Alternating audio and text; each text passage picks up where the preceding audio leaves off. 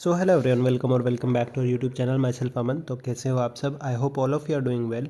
तो आज के इस वीडियो में हम बात करने वाले हैं all India institute of medical sciences से जो मोस्ट अवेटेड वैकेंसीज़ होती हैं, रिक्रूटमेंट होती है, उसके बारे में। कल शाम को इसका जो रिक्रूटमेंट नोटिस था वो आउट हो चुका था।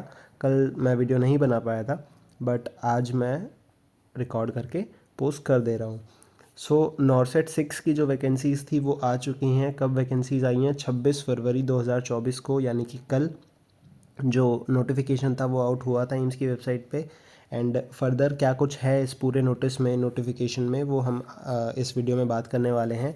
एक न्यू एग्ज़ाम पैटर्न भी इंट्रोड्यूस किया है एम्स ने, न्यू एग्ज़ाम पैटर्न भी इंट्रोड्यूस हुआ है।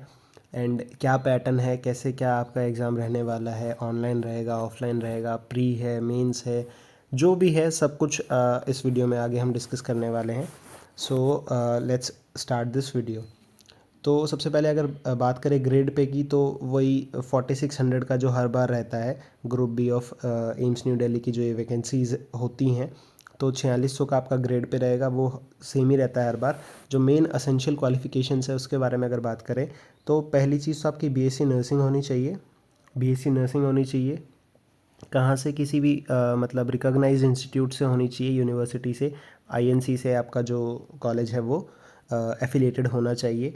सेकंड, आपका रजिस्टर्ड एज नर्सेज और मिडवाइफ विद स्टेट और इंडियन नर्सिंग काउंसिल। इसका क्या मतलब है कि आपका जो आरएन नंबर है वो आपका होना चाहिए, वैलिड होना चाहिए, ठीक है। इसके अलावा जीएनएम कैंडिडेट्स हैं, उनके लिए क्या होगा कि उनका जनरल जो नर्सिंग मिडवाइफरी है उसके अंदर एक diploma plus 2 years of experience in minimum 50 bedded hospital is required. मतलब जो जीएनएम स्टूडेंट्स हैं उनका जीएनएम प्लस 2 साल का एक्सपीरियंस जो है वो किस में? मिनिमम 50 बेडेड हॉस्पिटल में, ठीक है। 50 बेडेड हॉस्पिटल में रिक्वायर्ड रहेगा। एंड इनका भी जो रजिस्टर्ड एज अ नर्स मतलब आरएन नंबर इनका भी होना चाहिए। ओके, सो आगे अगर हम बात करें एज लिमिट वगैरह क्या कुछ रहने वाली है, तो स्टैंडर्ड ही है जो 18 से 30 साल की जो एज है। उसके बाद जो रिलैक्सेशंस हैं वो कैसे रहेंगे? एससी एसटी जो कैंडिडेट्स हैं, एससी एसटी के लिए रहेगा 5 साल, 5 years। एंड ओबीसी के लिए रहेगा 3 साल, ठीक है, 3 years। मतलब जो अपर एज लिमिट जो होगी वो रहेगी। Age shall be counted on the last date of closing of the application form. जब लास्ट डेट होगी एप्लीकेशन फॉर्म की क्लोजर की, उस टाइम पे जो आपकी एज बनेगी वो उस हिसाब से काउंट की जाएगी। ओके, अब आगे अगर हम बात करें जो एप्लीकेशन फ़ीस वगैरह क्या रहने वाली है। एप्लीकेशन फ़ीस रहेगी जनरल और ओबीसी कैंडिडेट्स के लिए 3000 रुपये, एससी एसटी ईडब्ल्यूएस के लिए 2400 रुपये, ठीक है। और कुछ जो बेंचमार्क डिसेबिलिटीज़ के साथ हैं उनकी फ़ीस एग्जम्प्ट हो जाएगी। एक चीज़ और, जो एप्लीकेशन फ़ीस है एससी एसटी कैंडिडेट्स की, जो एग्ज़ाम में अपीयर करेंगे, जो एग्ज़ाम में अपीयर होंगे, रिज़ल्ट्स वगैरह आउट होने के बाद में उनकी जो फ़ीस है, जो उनकी फ़ीस है वो रिफ़ंड कर दी जाएगी। उनके एससी एसटी जो भी सर्टिफिकेट्स हैं वो चेक करने के बाद। एग्ज़ाम की अगर बात करें, एग्ज़ाम कब है, सारी चीज़ें बता दी। बोल भैया एग्ज़ाम है कब, ये तो बताओ। एग्ज़ाम जो सीबीटी है, सीबीटी मोड में होगा, कंप्यूटर बेस्ड होगा, जैसे होता आ रहा है वैसे ही होगा। स्टेज 1 यानी कि जो प्री है वो होगा आपका 14 अप्रैल को 2024 संडे को। एंड जो मेंस होगा, जो लोग प्री क्वालिफाई करेंगे, जो मेंस के लिए बुलाए जाएंगे, उनका एग्ज़ाम जो है सेकंड स्टेज वाला एग्ज़ाम होगा 5 मई को 2024, अगेन ऑन संडे। जो इम्पोर्टेंट डेट्स हैं उसके बारे में अगर बात कर लें तो क्या कुछ रहेंगी। एंड एप्लीकेशंस जो होंगे वो ऑनलाइन मोड में सबमिट किए जाएंगे। 26 फरवरी से लेके 17 मार्च शाम 5 बजे तक जो है वेबसाइट ओपन है एप्लीकेशन एक्सेप्टिंग के लिए, एक्सेप्टेंस के लिए, ठीक है। एंड जो एडिट के लिए जो मतलब करेक्शन विंडो जो खुलेगा वो खुलेगा 18 मार्च से लेके 20 मार्च के बीच में, ठीक है। इसके अलावा जो ऑनलाइन पोर्टल है वो क्लोज़ हो जाएगा 5 बजे 17 मार्च को, ठीक है। इससे पहले पहले आपको रजिस्ट्रेशन वगैरह जो कुछ भी करना है वो सारी चीज़ें आपको फॉर्म फिल करना पड़ेगा। कब? 17 मार्च, 17 मार्च 5 बजे से पहले। ओके, इसके अलावा क्या कुछ है इसमें? इसके अलावा जो एज रिलैक्सेशन की हम बात कर रहे थे, एज रिलैक्सेशन का यहाँ पे गिवन है। जनरल के लिए तो ये तो हो गया 30 years, okay. And SC ST के लिए +5 years, यानी कि हो गया ये 35 एंड ओबीसी के लिए हो गया ये 33, ठीक है। एंड ये उस हिसाब से फिर ये पूरा गिवन है, ठीक है।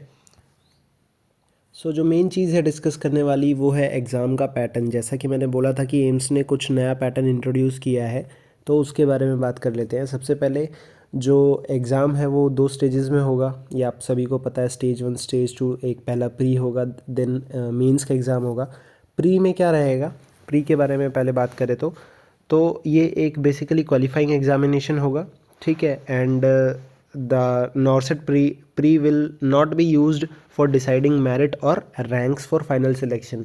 बेसिकली जो भी आपके प्री में रैंक्स आएंगे या जो भी मार्क्स आएंगे उसका फाइनल मेरिट में, आपकी फाइनल ज्वाइनिंग में कोई भी रोल नहीं होगा। ये बस आपको एक क्वालिफाइंग एग्जामिनेशन है कि स्टूडेंट्स फिल्टर आउट हो जाएंगे, ठीक है। अब इसके जो ड्यूरेशन वगैरह है वो क्या रहेगा, 90 मिनट्स का ये जो पूरा पेपर रहेगा, मतलब कि 1.5 घंटे का आपका जो पूरा पेपर रहेगा। 100 MCQs रहेंगे 100 मार्क्स के, 100 MCQ 100 मार्क्स के रहेंगे, ठीक है। और हर ऑप्शन मतलब हर क्वेश्चन के आपको 4 ऑप्शंस मिलेंगे, उसमें से आपको जो भी करेक्ट होगा वो चूज़ करना है, ठीक है। 20 MCQ होंगे जनरल नॉलेज और एप्टीट्यूड के, एंड 80 क्वेश्चन होंगे आपके नर्सिंग के। 80 क्वेश्चंस आपके होंगे नर्सिंग से रिलेटेड, ठीक है। नेगेटिव मार्किंग क्या रहेगी, 1/3 की जो आपकी है नेगेटिव मार्किंग रहेगी, ओके। और जो मेन चीज़ जो देखने वाली है वो है क्या, the question paper will be divided in 5 sections, each of 18 minutes contain 20 questions. अब क्या होगा कि पहले क्या होता था, लास्ट प्री और मेंस में क्या हुआ था कि 100 क्वेश्चन थे और आपको 90 मिनट का टाइम दिया गया था, कोई भी सेक्शन वगैरह कुछ भी नहीं था। अब इस बार एम्स ने क्या किया है कि 20-20 क्वेश्चन के आपको 5 सेक्शंस बना के दे दिए हैं एम्स ने, ठीक है। 5 सेक्शन बना दिए हैं। इन 5 सेक्शन में क्या होगा कि हर सेक्शन में 20 क्वेश्चन होंगे एंड आपको 18 मिनट का टाइम दिया जाएगा। हर सेक्शन को कंप्लीट करने के लिए आपको 18 मिनट का टाइम दिया जाएगा। ट्विस्ट यही नहीं, इसके अलावा जो ट्विस्ट है वो ये है कि आपने जैसे सेक्शन 1 आप कर रहे हैं, अगर आपने मान लो सबमिट भी नहीं किया, ये ऑटोमेटिकली सबमिट हो जाएगा। आफ्टर 18 मिनट्स ऑटोमेटिकली सबमिट हो जाएगा। सेकेंड थिंग, आप सेकेंड सेक्शन पे चले गए तो आप वापस से फर्स्ट पे नहीं आ सकते, ठीक है। आप थर्ड या फोर्थ या फिफ्थ सेक्शन, जिस भी XYZ सेक्शन में है, आप उससे पहले वाले सेक्शन में नहीं आ सकते। ये थोड़ा सा ट्विस्ट है। तो इससे मतलब आपको मेन दिक्कत क्या होने वाली है, आपको टाइम मैनेजमेंट बहुत एक्यूरेटली फॉलो करना पड़ेगा। आपको टाइम मैनेजमेंट के हिसाब से ही अटेम्प्टेशन देनी होगी, एग्ज़ाम अटेम्प्ट करना होगा, ठीक है। तो दोबारा एक बार मैं आपको अगर मैं बता दूं कि किस हिसाब से क्या कुछ रहने वाला है, तो एम्स ने 5 सेक्शन आपको मिलेंगे 20-20 क्वेश्चन के, 20 क्वेश्चन होंगे, 5 सेक्शन होंगे और 18 मिनट में आपको बेसिकली ये जो 20 क्वेश्चन है ये कंप्लीट करने ही होंगे, ठीक है। आपको कितने आते हैं कितने नहीं आते आपको उस हिसाब से वो अटेम्प्ट करना होगा। लेकिन मेन चीज़ जो मैं आपको बोलना चाह रहा हूँ, टाइम मैनेजमेंट बहुत मेजर रोल प्ले करने वाला है इस बार इस एग्ज़ाम के अंदर, ठीक है। टाइम मैनेजमेंट करके चलना, सो दैट आपको ज़्यादा इश्यूज़ क्रिएट ना हो, ठीक है। तो ये क्या है जो आगे लिखा है कि will be disabled after lapse of set duration and next section will be automatically activated और विजिबल एंड सो ऑन। मैं वही बता रहा हूँ, जैसे ही 18 मिनट कंप्लीट होंगे नेक्स्ट सेक्शन ऑटोमेटिकली ओपन हो जाएगा। ये नहीं कि आप फर्स्ट सेक्शन कर रहे हैं तो उसी पर रहेंगे, ठीक है। Each section will appear 1 by 1 during the 90 minutes. जो 90 मिनट का जो आपका पेपर है, हर सेक्शन मतलब टाइम टू टाइम आपका चेंज होता रहेगा, ठीक है। Attempt question currently active section which will remain enabled. जो आपका एक्टिव सेक्शन रहेगा आप सिर्फ उसी को उस टाइम पे अटेम्प्ट कर सकते हैं, जो कि मैंने आपको पहले बताया कि आप चेंज नहीं कर सकते। आप जो अपने सेक्शंस हैं, आप वो जैसे चौथा सेक्शन अटेम्प्ट कर रहे हैं तो आप तीसरे में जाना चाहें, आप तीसरे में नहीं जा सकते हैं, ठीक है। तो आप जो एक्टिव सेशन आपका रहेगा उस टाइम पे आपको वहीं पे ही रहना पड़ेगा, आपको वहीं पे ही अटेम्प्ट करना पड़ेगा पेपर, ठीक है। नेक्स्ट बात करें, you will not be allowed to view और answer any question section rather than currently active section. जो भी आपका एक्टिव सेक्शन ओपन है उसके अलावा आप कोई दूसरे सेक्शंस को नहीं देख सकते, ठीक है। क्वालिफाइंग मार्क्स जो दिए हुए हैं वो 50 परसेंटाइल आपके अनरिजर्व्ड ईडब्ल्यूएस के लिए, 45 परसेंटाइल आपके ओबीसी के लिए, एंड SC ST के लिए आपके हैं 40%, ओके। 40% रहेंगे आपके, and equal number equal to 5, जितनी भी सीट्स होंगी कैटेगरी वाइज उसके 5x कैंडिडेट्स को प्री में क्वालिफाई किया जाएगा, ठीक है। नॉर्सेट मेंस का क्या क्राइटेरिया है, मतलब क्या आपका पैटर्न रहने वाला है, सेम पैटर्न रहेगा। 90 मिनट का पेपर रहेगा, 100 MCQ 100 मार्क्स के रहेंगे, नेगेटिव मार्किंग 1/3 की रहेगी। Again 5 sections will be there for 18 minutes each containing 20 questions। दोबारा से सेम जो प्री में है वही सेक्शन वाला सीन मेंस के एग्जाम में भी रहेगा। 5 सेक्शन रहेंगे, 18 मिनट आपको मिलेंगी 20 क्वेश्चन अटेम्प्ट करने के लिए, and the examination will be submitted automatically after 90 minutes. 90 minute के बाद में आपका जो पेपर है वो ऑटोमेटिकली सबमिट हो जाएगा, आपको अलग से कुछ ऐसा करने की ज़रूरत है नहीं, ओके। आगे फर्दर बात करें, फर्दर क्या कुछ है इसमें। सेम वही चीज़ें मेंशन की गई हैं कि आप अलाउड नहीं है, आप जो आपका एक्टिव सेक्शन है उसी में आपको रहना पड़ेगा, वही आप देखेंगे। 50% मार्क्स से 50% परसेंटाइल जो रहेंगे वो आपके अनरिजर्व्ड EWS के लिए, 45% OBC, 40% for SC and ST। और जो जैसे अगर जो आपका CBT है, जो CBT आपका होना है, अगर वो मल्टीपल शिफ्ट्स में होता है, n नंबर ऑफ शिफ्ट्स में होता है, मोर देन 1 शिफ्ट्स में होता है, तो आपका नॉर्मलाइजेशन होगा।